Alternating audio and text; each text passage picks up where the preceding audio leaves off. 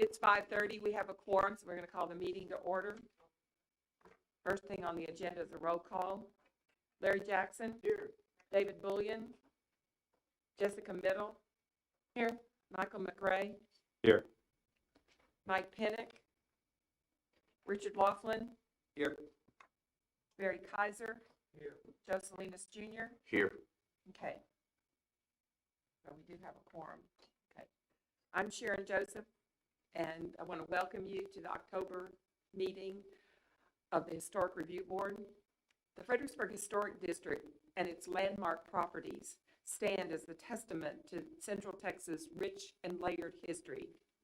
Municipalities have long recognized that historic preservation is a vital tool for maintaining livable and sustainable communities.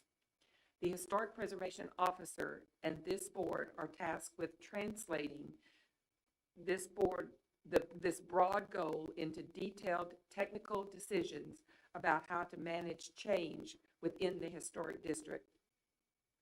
This Historic Review Board is an advisory board of volunteers appointed by City Council. Approval by this board results in a certificate of appropriateness and is required for all work on properties in the historic district and all city landmarks. In considering whether to approve or disapprove an application, the board is guided by the Secretary of the Interior's Standards for Rehabilitation and the City of Fredericksburg Design Guidelines.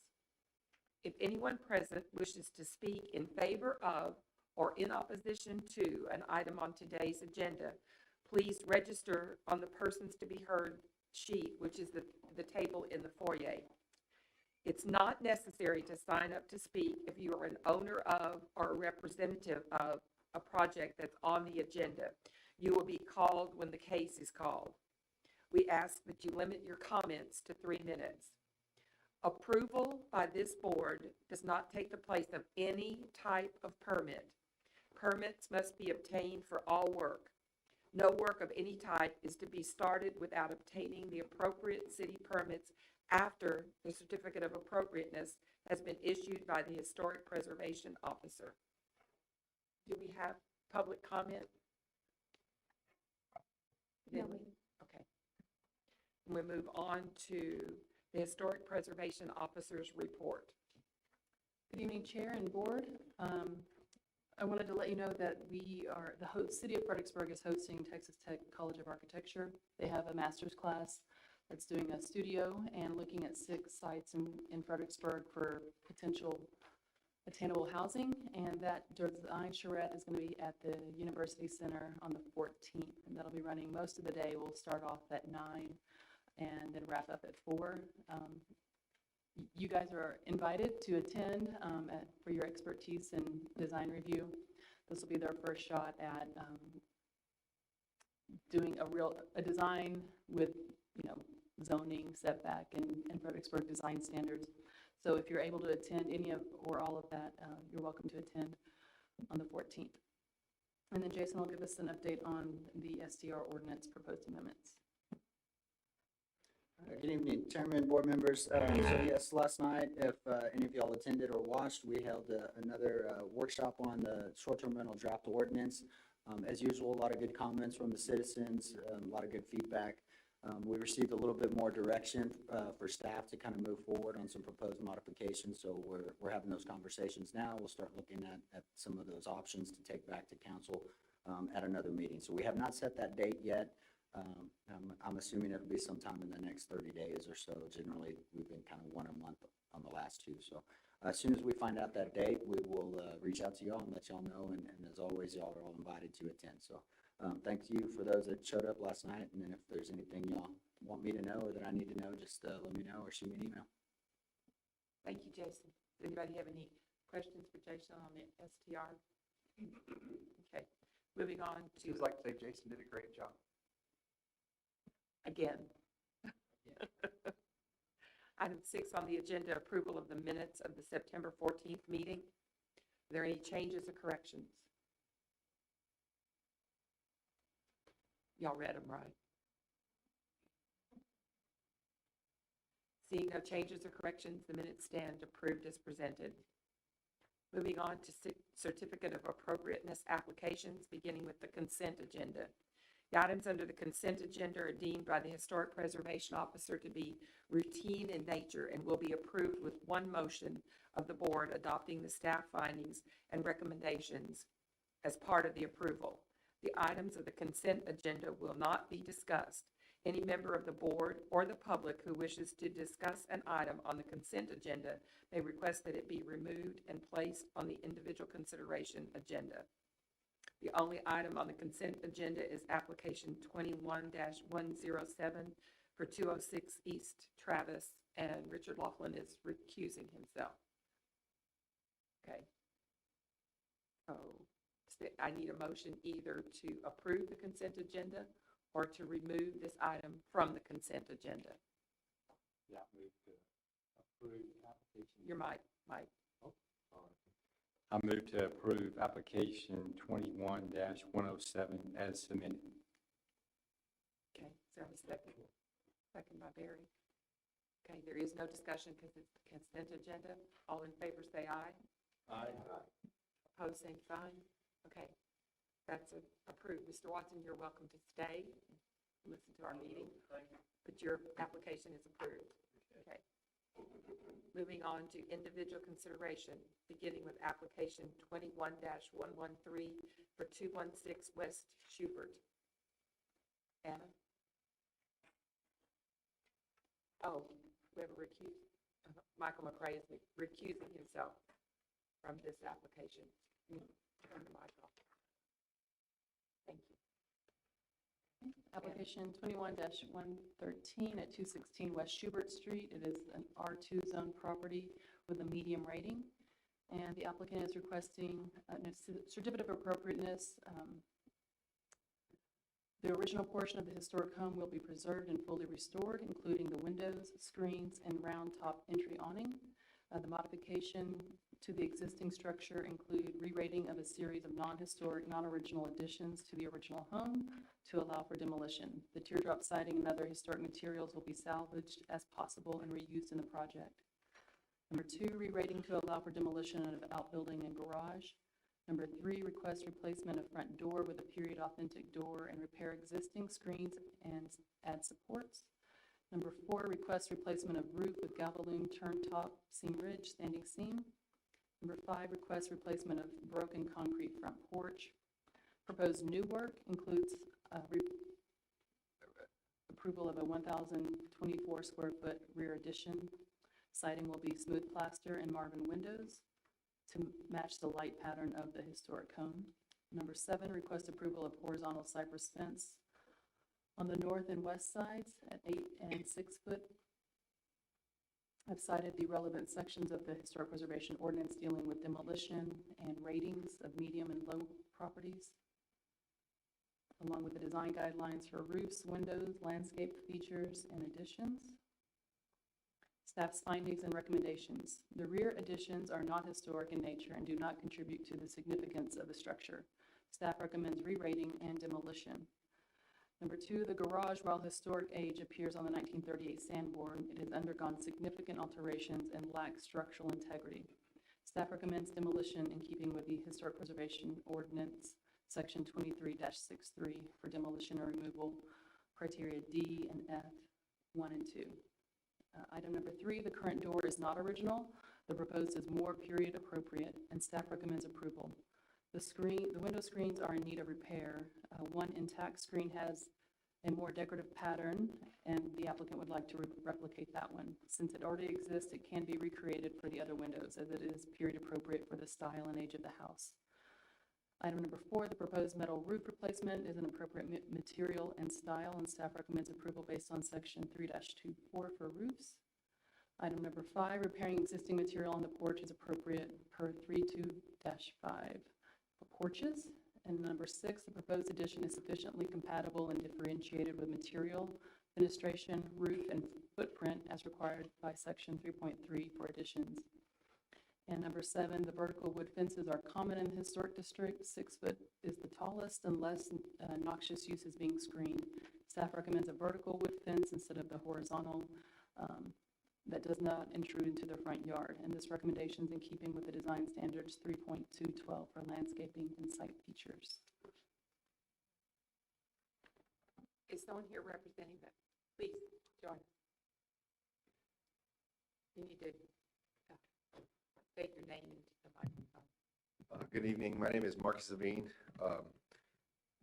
This will be our fourth project with Levine Construction. Like the previous three projects, we do a complete restoration and preservation.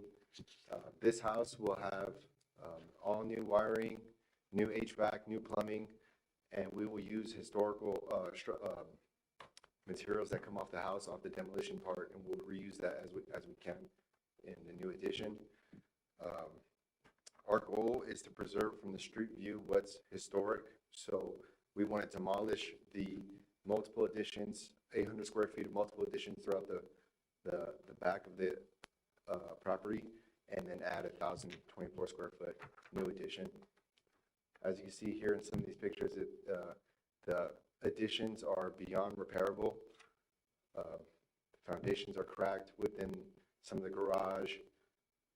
You got exposed electrical wires hanging out in the shower there. No insulation in the attic. If you would allow me to read some of the highlights that we want to go through, go ahead. Reasonable measures cannot be taken to adaptively rehabilitate, preserve, or restore the existing additions to the historical structure.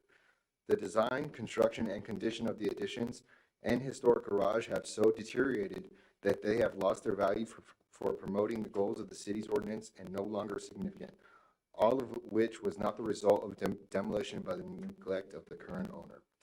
The plans we are submitting will have a positive effect on the historical and architectural identity of the existing historic home and the surrounding area and promote the goals of the city's ordinance. Thank you. Okay, questions, board? You have questions for Mr. Levine?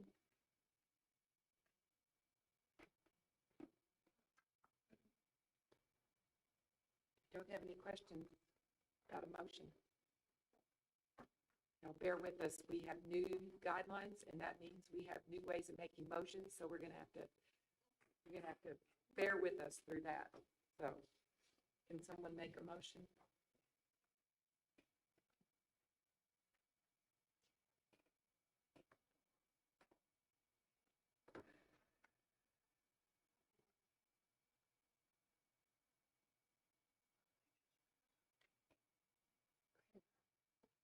Go ahead.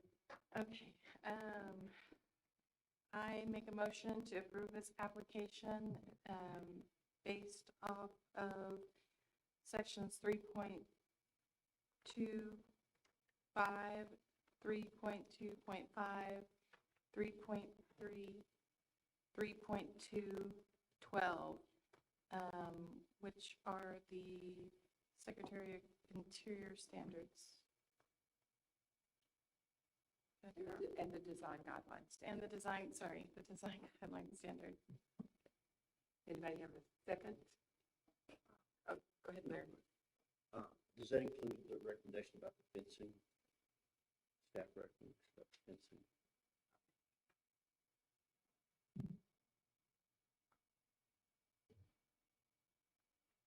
Okay, and the design guidelines, standards, and section 3.212. Okay. So, Mr. Levine, you understand that that's different than what you applied? that staff Correct. is- That's 6-foot wood vertical fence. Yes, We're okay with that. okay. Do you have a second? I'll second. Any discussion? All in favor, say aye. Aye. Opposed, same sign. Okay, application. Thank you. approved. Thank you, Mr. Levine.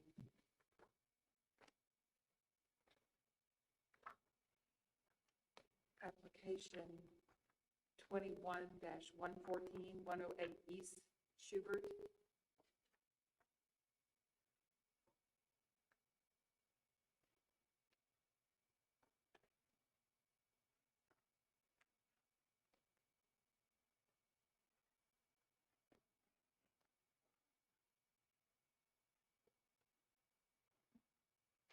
Application 21-14 at 108 East Schubert, and it's an R2 zone property with a high rating. And the applicant is requesting approval for A, the 2012 addition to be removed, and a new addition will include a new kitchen, dining, living, master, and 2 porches. The new addition will be offset from the historic home, with the main portion of the addition set back with limited detail. A stucco plaster finish and standing seam metal roof, and large use of large windows to provide transparency for the new addition. B, a new 2-story structure with a garage on the bottom floor and an accessory dwelling unit on the 2nd floor will be added to the rear portion of the property. The new garage will have the same finish as the addition, and the historic home will not be changed. I've cited the relevant sections of the design guidelines and standards, 3.3 for additions, including height and massing, design, and 3.41 for lot coverage, 3.43 for accessory buildings. Staff's findings: the lot is a large 100 by 200 town lot with frontage on both East Travis and East Schubert. The current rear addition, with a 938 square foot footprint, was built in 2012. The historic house footprint is 640 square feet. The proposed addition measures 2,458 square feet. The connection point of the new addition will be slightly inset from the current addition. It will be appropriately compatible and differentiated from the historic house, with the majority of the front facing utilizing large panes of glass. The layout allows the large trees to remain and will help screen the new addition. The new addition will be visible from the street, but given the orientation of the historic building to the far west of the lot, it is appropriate to have the addition extend to the east, but set back from the original. Staff recommends approval based on the above cited sections of the Fredericksburg Historic Design Guidelines and Standards for additions. The new garage and 2nd floor accessory dwelling unit will not impact the high-rated structure and meet the requirements for accessory dwelling units as cited above, and staff recommends approval. Thank you, Anna. Stan Klein for the applicant.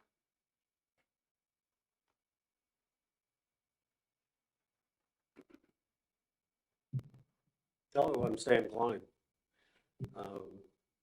I think the description that was read out by Anna pretty much is self-evident. The original building is 1871. It had gone through some changes, I guess, in the 60s. The owners have moved into the house, and they're going to live there.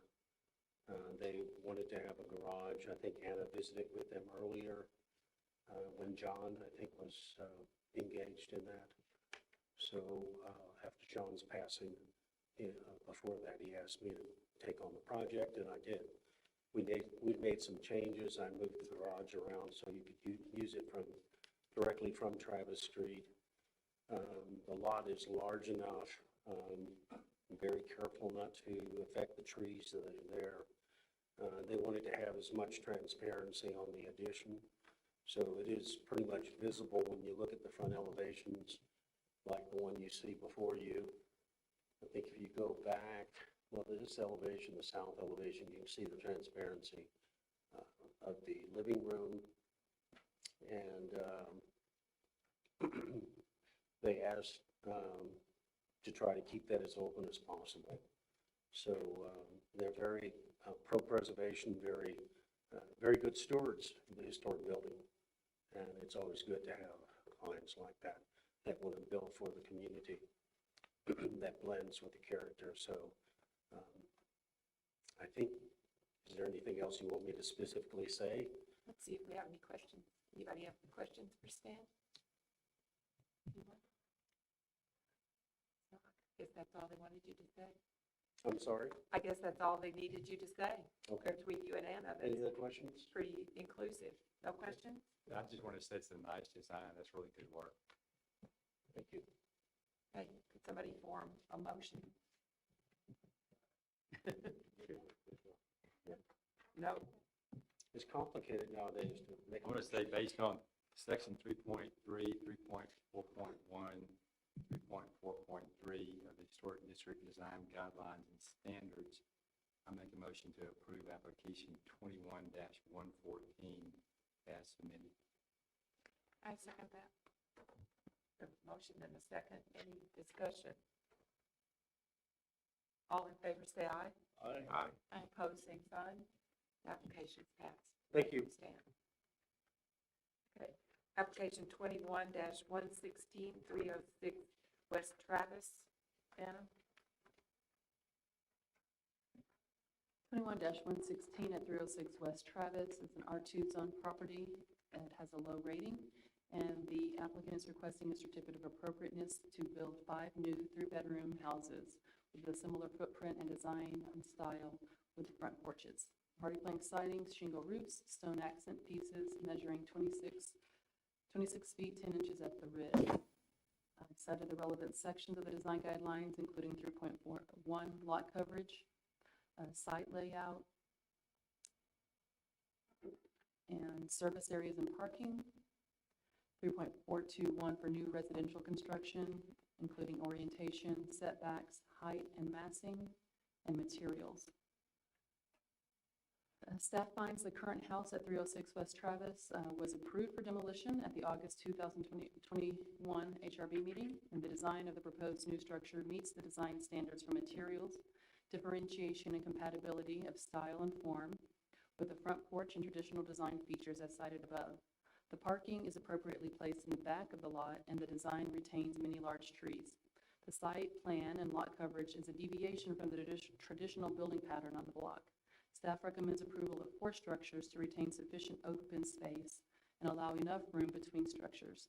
This recommendation is in keeping with the Fredericksburg Historic Design Standards and Guidelines. See page 3-52 for visuals regarding site development patterns and open space. Thank you, Anna. Who's speaking for the project? Hello, I'm George Klein with MSA Architecture and Interiors, and I'm speaking for Mrs. Reese, the owner of the project. Welcome. Well, thank you for hearing our request for a certificate of appropriateness for this project. Yes, as Ms. Hudson mentioned, we are requesting a proposal for 5 guest houses on this property. And while it may seem that 5 on one lot may seem like a lot, this is a double lot. And when you compare it to some of the lots to the left side of it going down the street, it's actually much wider than those lots. And the design layout that we came up with actually puts them in 2 rows. So when you're looking at the property from the street, it appears that there's one house with several other buildings behind it. That's very similar to the house that was on the lot. It was one house with 2 other structures behind it. So our hope is that this will appear almost like 2 lots with a main house and other structures behind it. The size and scale are similar to other houses on the block, and as you mentioned, it has a very residential feel to it, and I think that's it. Thank you. Question, board? Questions, board? Go ahead. George, good to have you here. How many square feet is each unit? Each unit is 1,204 square feet, so they're fairly small. So, they would be very similar to a lot of the old houses that were built, especially some of the Sunday houses that were very small structures.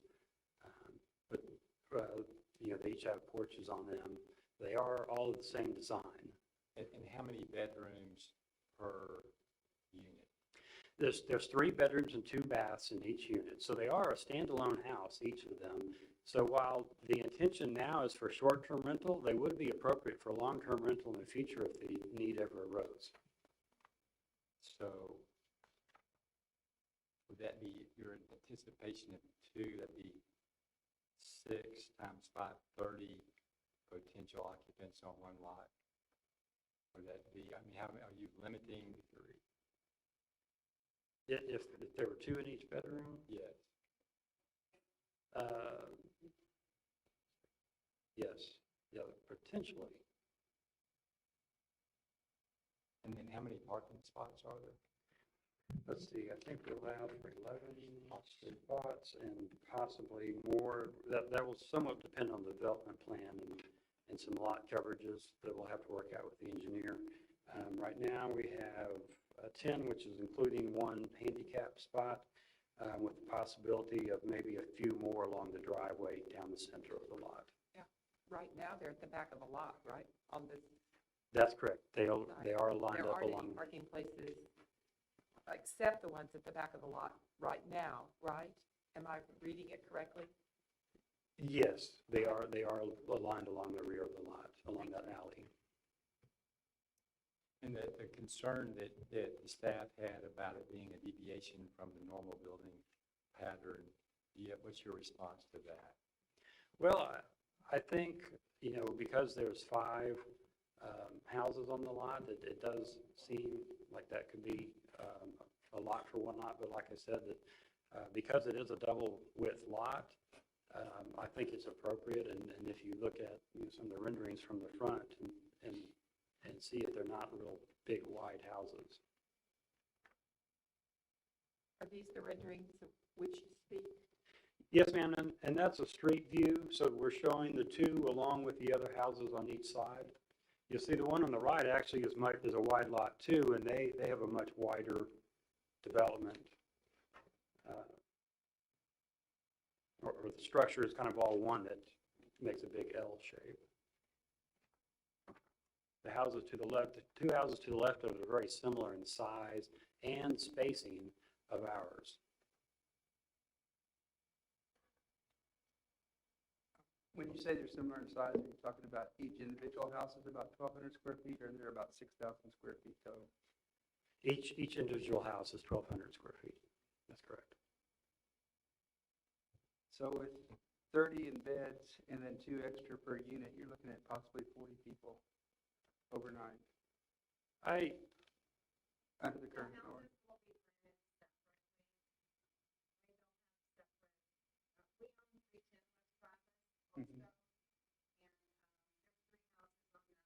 Janice, will you come to the microphone and introduce yourself? I'm Janice. My husband and I own the property. We also own 310 West Travis, and we have 3 houses on that lot, and we rent them individually. So there may be one time when the back house is rented and there's no one in the front or the front 2 could be rented and no one's in the back. So it's not like, you're necessarily going to be having tons of people there all at one time. That's not the intention. The intention is to rent them separately. Does that answer your question? Maximum of 6. Yes. So It does. I'm very concerned. I grew up in this neighborhood, and this is not the typical density pattern for this neighborhood. They put 30 people in one lot potentially. I'm just concerned that we got too much on this lot. Right. We have 16 on our other property at 310, and it's a 50-foot wide, the small lots, but they go back to the alley. Was that project in the historic district? Yes, Or it is now, but it was was it- not when we added the 3rd structure to the back. and so There it were wouldn't- 2 houses on it already.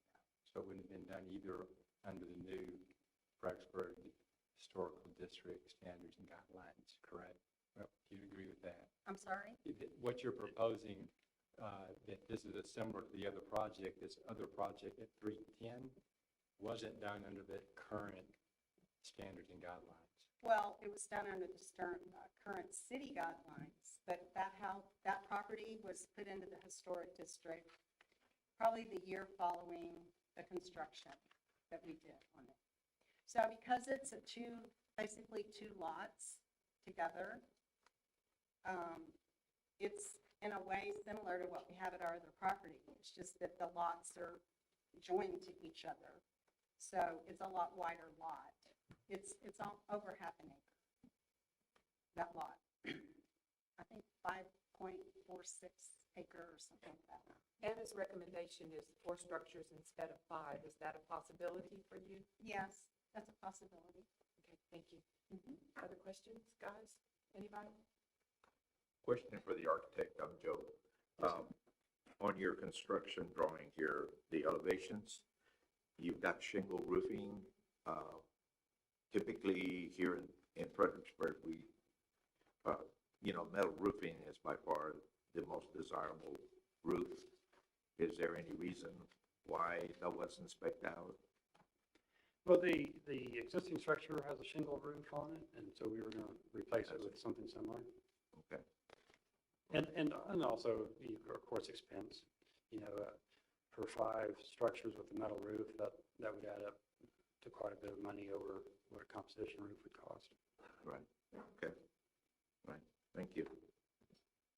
I think part of our charge is to protect the fabric of the neighborhood here, and I would agree with Anna on 4 units, but I think we also need to look at some more parking, because even with 4 units, we're looking at 24 people, and if we're only parking 9 or 10, that's not even parking half of the possible guests.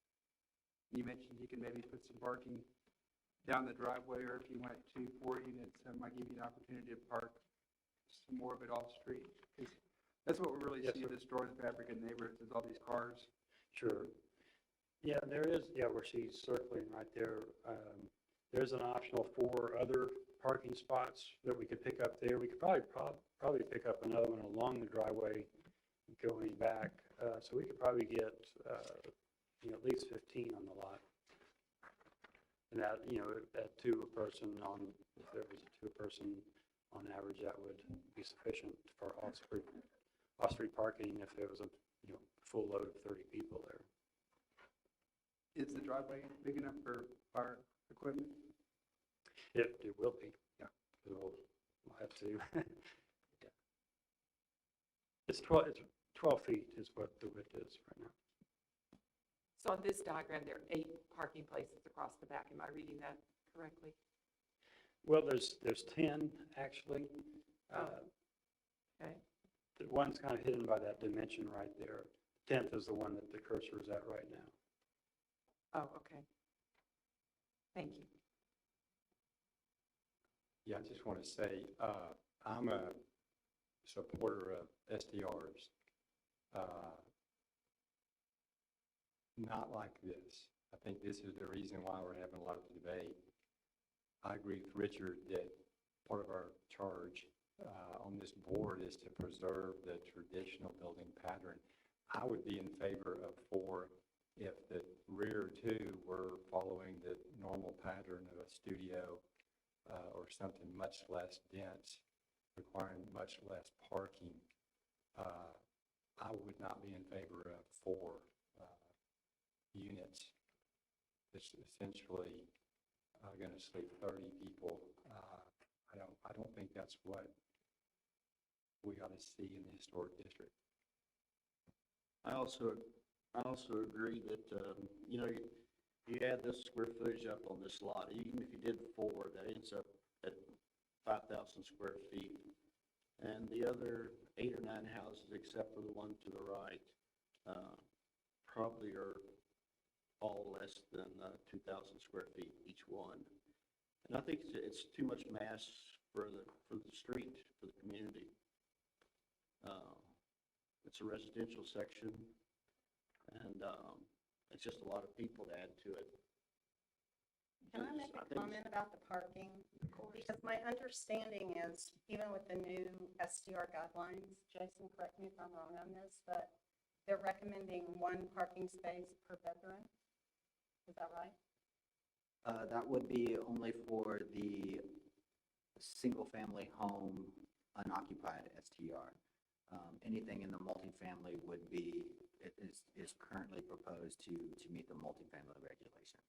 So if it was a single-family home, 1 home would be 1 per bedroom. So what is it for multi? Multifamily is currently, we're looking at 2 per bedroom for 2 or 3 bedroom units.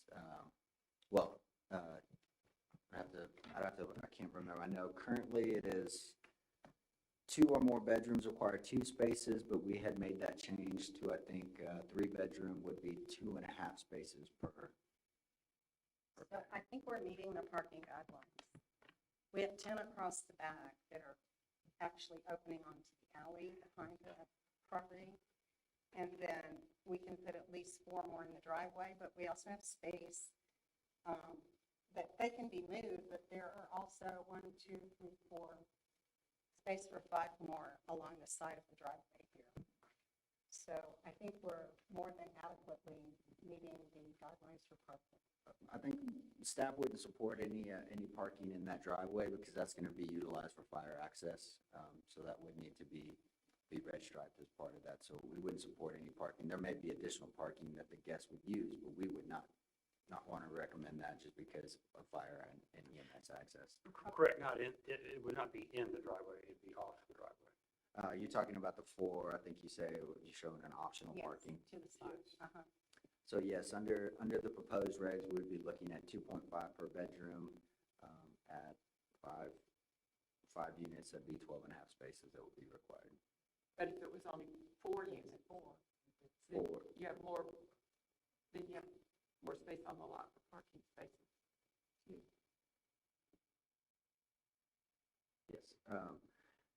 Yeah, and ultimately though, I think this is one of those things where I don't want to say, like, let's use the proposed code. I mean, that's not an adopted code, and some of those parking still could But it change. was a good point on her part. It's a good point on Janice's part. So. Are these two platted lots? You said there's double lot. Are they two different lots? No, they were, the house, the original structure that was there that we're going to demolish because it was in such horrible shape, is basically sitting in the middle of a double lot. I don't know why it was built like that, but whoever built it, that's what they did. What is the frontage? It's 129 feet wide. So if we had 4 structures on it, and there's basically 2 on what would be each lot, if you were to separate them and they were actually 50-foot or 60-foot wet lots, and you had a main house and a house behind it, it's the same thing. They just happen to be the 2 lots together. I think the original lots were 100 foot though, and I think the minimum is 75, is that right, Jason? 70, yeah, 70, 70, so you don't have 50. enough. 50 in R2, sorry. Yeah. Can someone form a motion? Some sort? Well, yes, so they look nice. My only comment would be that I feel like it does feel very commercial because of the way they're all very similar in size and all in a row together. So it feels, like Richard said, maybe a little bit out of place for this neighborhood. And in a typical this neighborhood, you would usually see a large structure in the front and then little auxiliary buildings in the back. And so I guess that would be my concern, is that I would like to see the auxiliary, what is the main and why aren't the auxiliary buildings smaller? Because isn't that written? Well, one of the main reasons, honestly, that we did it this way was, on my part, we had a 4 to 5 month wait with the architect to get architectural renderings done. So if we changed them up, we were looking at a really long timeline. And we've already had 4-month wait since we bought the property. So the thought was to make the structures all the same since we already had beginnings of the design done. So You know, we could always change the architectural style of the 2 different buildings so that they don't look similar too from the front. So it looks like 2 different properties if that was a problem. Having we them could all look change the the same. front elevation. But when we first talked to Anna, she said it was also typical to do, I think she said mirroring on lots. So that was the thinking. Because changing the front elevation won't be that hard or take that much time. And the reason they are the size they are is because of the intended use. She rents them out one at a time, or each structure to a different person.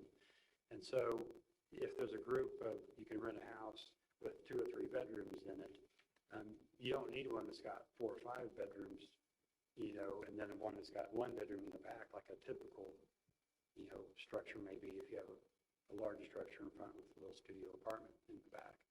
So it's because of the use of the property,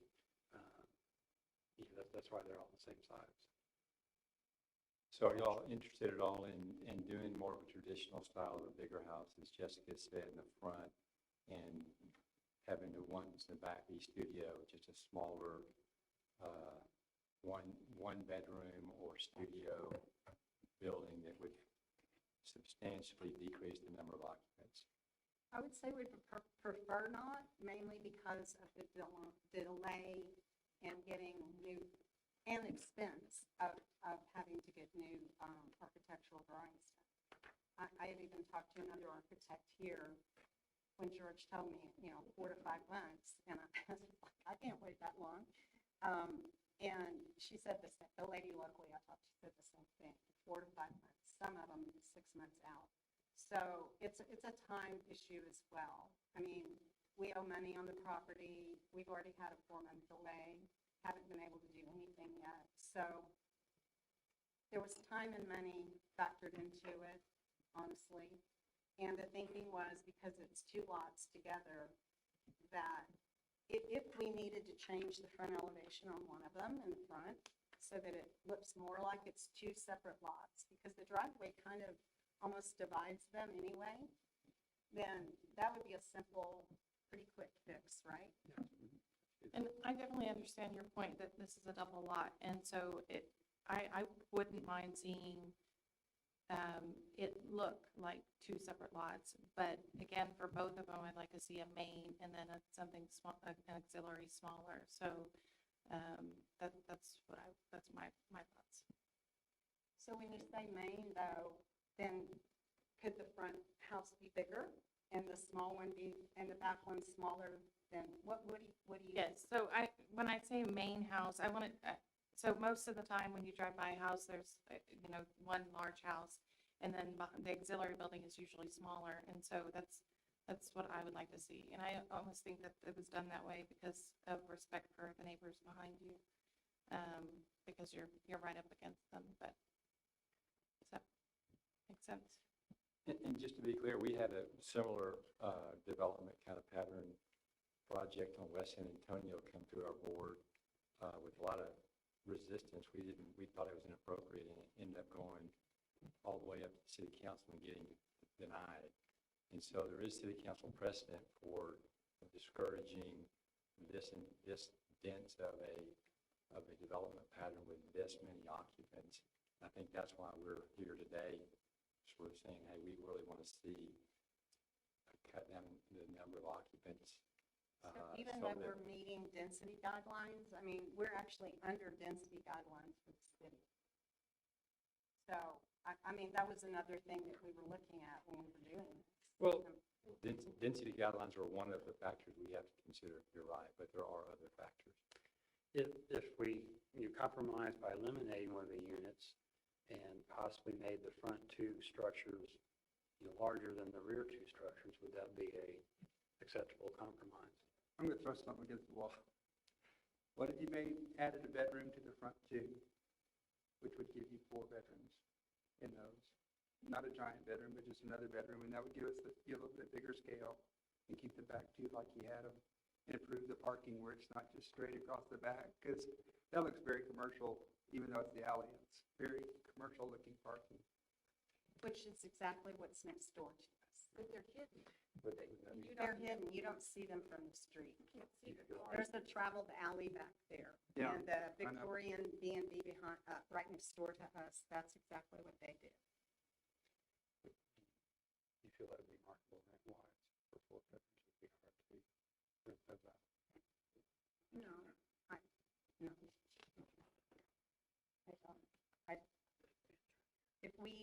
So you're basically suggesting that we add 1 bedroom to the front 2 houses and leave the 2 back houses the way they are, And go to 4 units. and 4 units? Yeah, 4 units. It bumps up the scale of the front house, and it helps you out. It gives you 2 more bedrooms. Yeah, So, we can do that. here's the one. Just looking for the Especially middle. since we're dropping one of the houses. I mean, So can we form that into, okay, sorry, Larry. That's right. I think I would feel a lot better about it if you just basically took that driveway out of the middle of it and treated it as two lots. And then you have two lots, you have two houses that look normal, with two smaller houses in the back, and all your parking in the back. And just not have where it looks like a compound. All it's missing is a neon sign out there for a motel. Let me ask you this, if we eliminate the driveway, then I'm trying to figure out how we would get the additional parking spaces From the back. that, Well, if we eliminate a house, we may not need the additional parking. and it would, but if we don't have, But I I'm think, trying to figure out how, I mean, I'm open to it, I'm just trying to figure out logistically how the driveway is, yeah, the driveway is where the existing driveway it's just is. where it's there. And also, I believe we may have to have that for fire code reasons, if I recall. I'm going to have to look into that further, but I think we may be required to have a through. Although the Victorian Right. next door doesn't have a driveway. The Victorian is a corner lot though, so Yeah. that's all Yeah. about the fire access. So yeah, the lot is fairly deep, so you may not meet hose lay. That's maybe a reason for the driveway there. Now, if some of those buildings those back two buildings had a sprinkler system, then that could increase that hose lay to 200 feet. You may be able to make it from the front of the building, but I'd leave that up to you guys to verify that. At the meeting with the city, I thought the fire marshal said we had to fire sprinkler all the structures anyway. Correct. So if you're at 200 feet, I don't know what that hose lay is, but given on the image, it may be that they have to come in, 10 feet, 15 feet. I don't know what's your depth. Do you know the depth of that lot right now? The depth is 188. That's 200. Oh, yes. I have the surveys. It's 188 feet. Yeah, 188. You have to be within 200 feet of all four sides. It looks like you would make it, but we're getting a little outside of our wheelhouse without the fire marshal here. I wouldn't feel comfortable approving something that may not meet his regulations. Now, you could make a motion that it meets the fire code if you wanted to move forward that route. Because the driveway's taking up, Oh, it's 188 feet. the driveway of So that minus 180. about 30. So if you take the driveway out of the depth of it, you're at 158 feet. Because you're not gonna, unless a car caught on fire or something back here, I didn't think about that, but Yeah, I don't know. any number of things can happen with fire, so, we don't, Yeah. that's why I said I wouldn't feel comfortable making a recommendation that would be against the fire marshal's recommendation. So, if you wanted to approve or modify or anything like that, and you wanted to include some comments on the driveway, I would just say, provided that the rest of the project meets city fire code. Yeah, because I don't have a problem taking the driveway out. It's. Rick, do you have a problem with the driveway?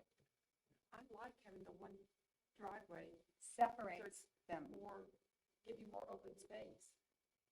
I'm sorry, I like to have more grass. Yeah. I like that you pick a fish between it, two little gates so you can walk around. Let me add just one other thing to consider for the board and the applicants. I would be in favor of leaving the front two buildings as they are, 3 bedrooms each, and having the rear auxiliary building smaller, a studio, 1-story, that would let you get on with your project. I know you're wanting to do that, but really goes back to what I thought we were focused on, and that's the density, the occupancy, and the normal building pattern for that neighborhood. So that's something I would be in favor of. Can you form that into a motion, Michael? I'm not sure We'll work with you on it. I'm not sure that we're in a consensus. I think we probably should have a discussion. You can make a motion.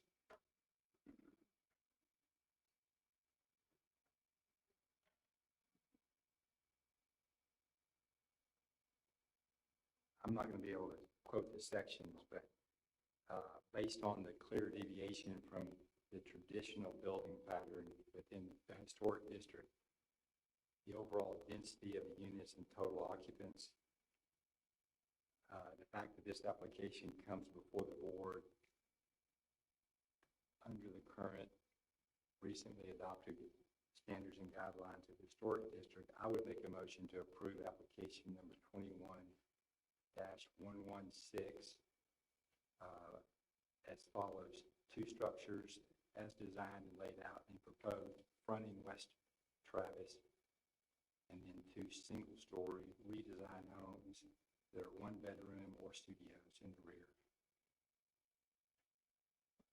Thank you. That's a great, yeah, did you get everything, Anna? Did we do, is it okay? I understood it. Okay. We're trying to do it right. Could you repeat that? Draw me a picture. Okay, you're keeping the 2 houses in the front, the smaller 1-bedrooms in the back, still have a lane down the middle. Okay, I don't care about the photograph. Is it possible, I mean, one of the things, if you own STRs, then you're probably aware that there's a bazillion of them that are 1-bedroom. So when you're marketing these properties, you're competing with everyone else that's out there. So to take that space of land, when you're looking at it from a financial standpoint and put a 1-bedroom on it, makes absolutely no sense to me. And I understand what you're saying, but it's from a financial and a design standpoint too, it's doesn't make sense to do that. And I don't know, even maybe that's one of the reasons we did the 2-story design instead of a 1-story design, was so that it would look like it was smaller in density than doing a 1-story structure. Would it be possible if we did that as a 1-bedroom in the rear, but not be limited to a 1-bedroom? Say that again? Would it be possible if we did do a 1-story structure in the rear, but it was not limited to a 1-bedroom?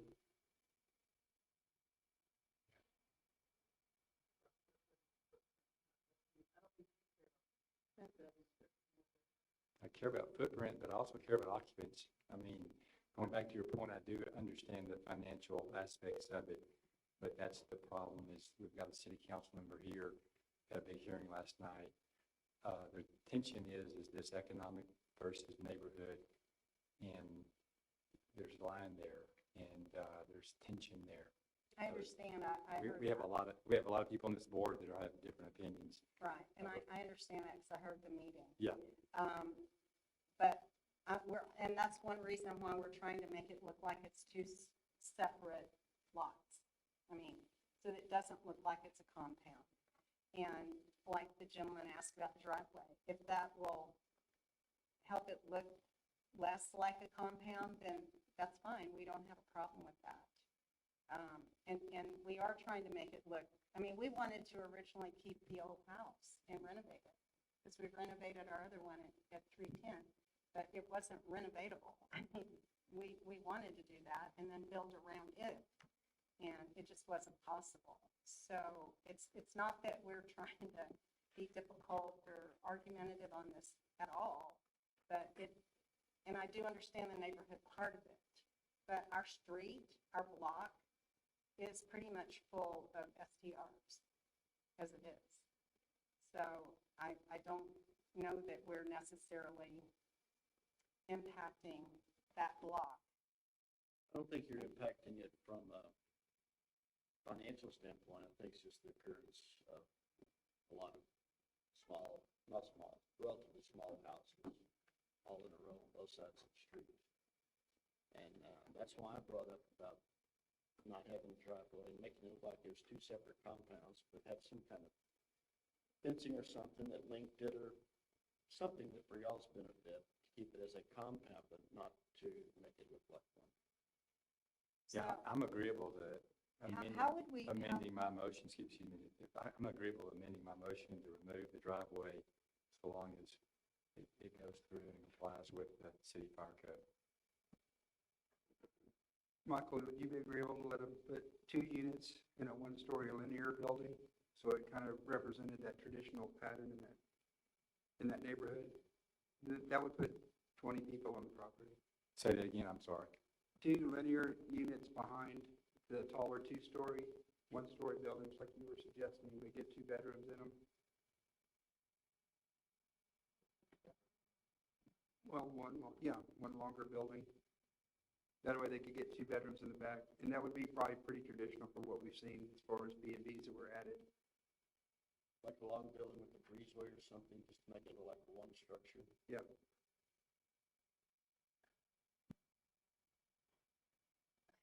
I feel like at this point, you guys need to make a motion on what's in front of you instead of trying to design a project. You're issuing a certificate of appropriateness for this application. I think you can give them some feedback on what you would approve if you're not going to approve this one, but I don't think it's appropriate to try and design at the dais. So can we get a motion? Yep. Michael's motion is dead because it was never seconded.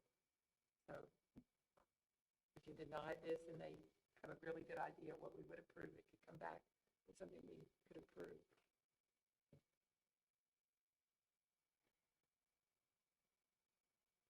I think you can, come back, I don't think you have to have an architectural design. Just some drawings that you pass out, we work with prior to the meeting or something. Like along the lines that we've all talked about, Well, not prior to the meeting. It'd be in the meeting. in the meeting. Yeah. Okay. So can somebody form a motion? We're obviously not going to approve this the way it is. We need to make a motion to deny. You have 60 days to take action on this, so if you don't want to approve or deny tonight, but you want to carry it to the next meeting, you have the ability to do so without sort of killing this application and making them reapply. It's just another option for you. That provide an advantage to the applicant. Well, for example, sometimes you want an applicant to bring like additional information or clarify something in the application, so if you needed them to modify something and bring it back for consideration as part of the same application as opposed to just voting to deny it and having them start over, it's probably, So in that case, we need a motion to delay it until next meeting. I would, if that's the action that the board wants to take, I would recommend specifying maybe what you're looking for or want them to present at the next meeting. And then you wouldn't take any action tonight, you would take it up at the next meeting. Thank you, Dan. But the motion would be to delay it to the next meeting. The motion would be requesting the applicant to do whatever you want them to do and take no action tonight and set it on the next meeting. There's no magic words to it, basically, Okay. to carry it to the next meeting. So, All right. I'll give it a try. Could I ask that we get a little more clarity, though, on what exactly, because we've heard a lot of different things from different people, and the driveway, the size of the back buildings. I'll make a motion to table this to the next meeting and ask y'all to come back with something that's more appropriate to the fabric of the neighborhood based on tonight's discussion. any discussion? All in favor, say aye. Aye. Opposed, same sign. Okay. Now is it appropriate to give direction?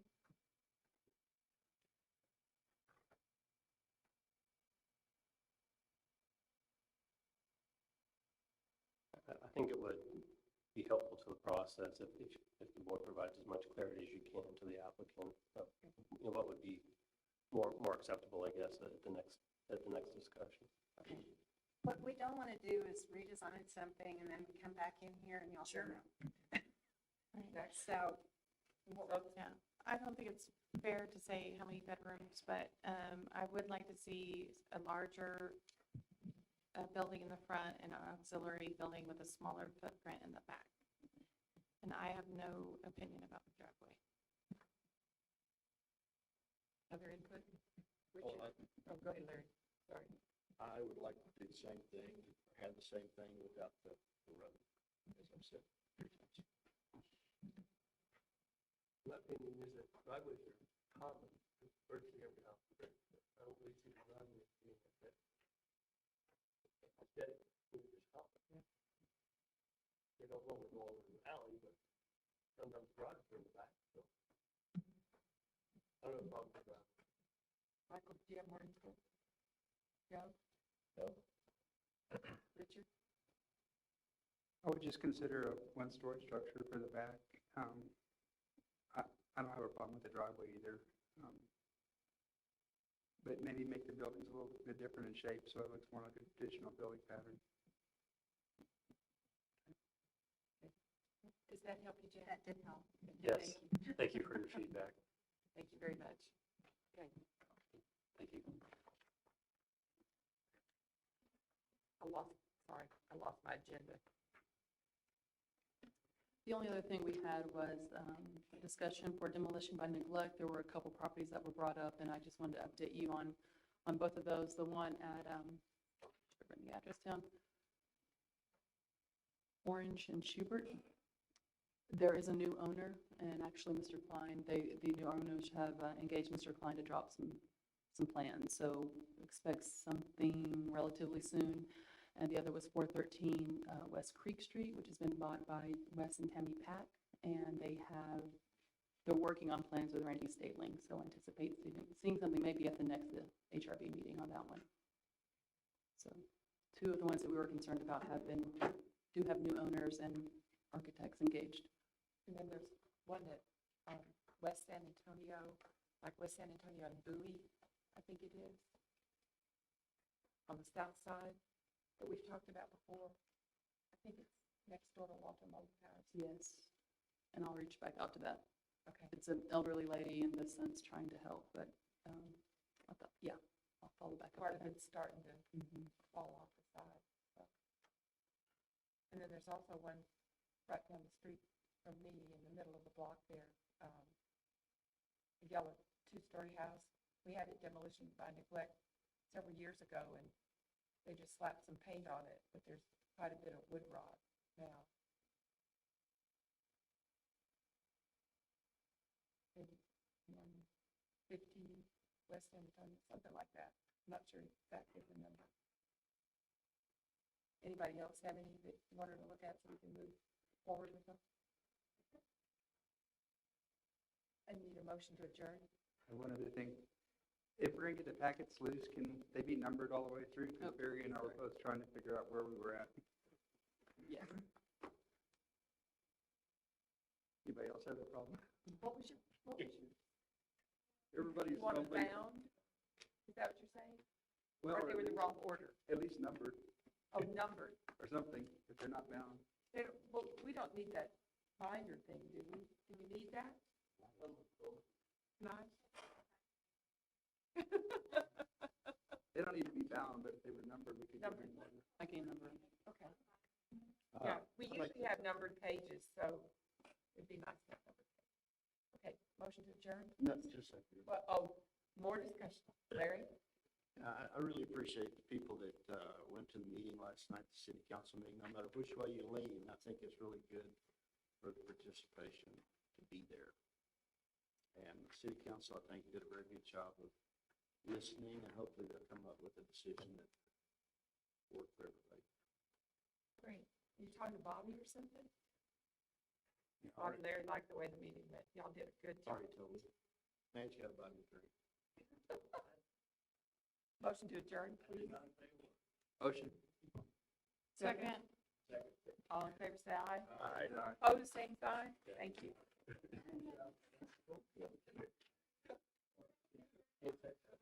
Joe. Oh, I thought Joe's the one I heard. Adjournment.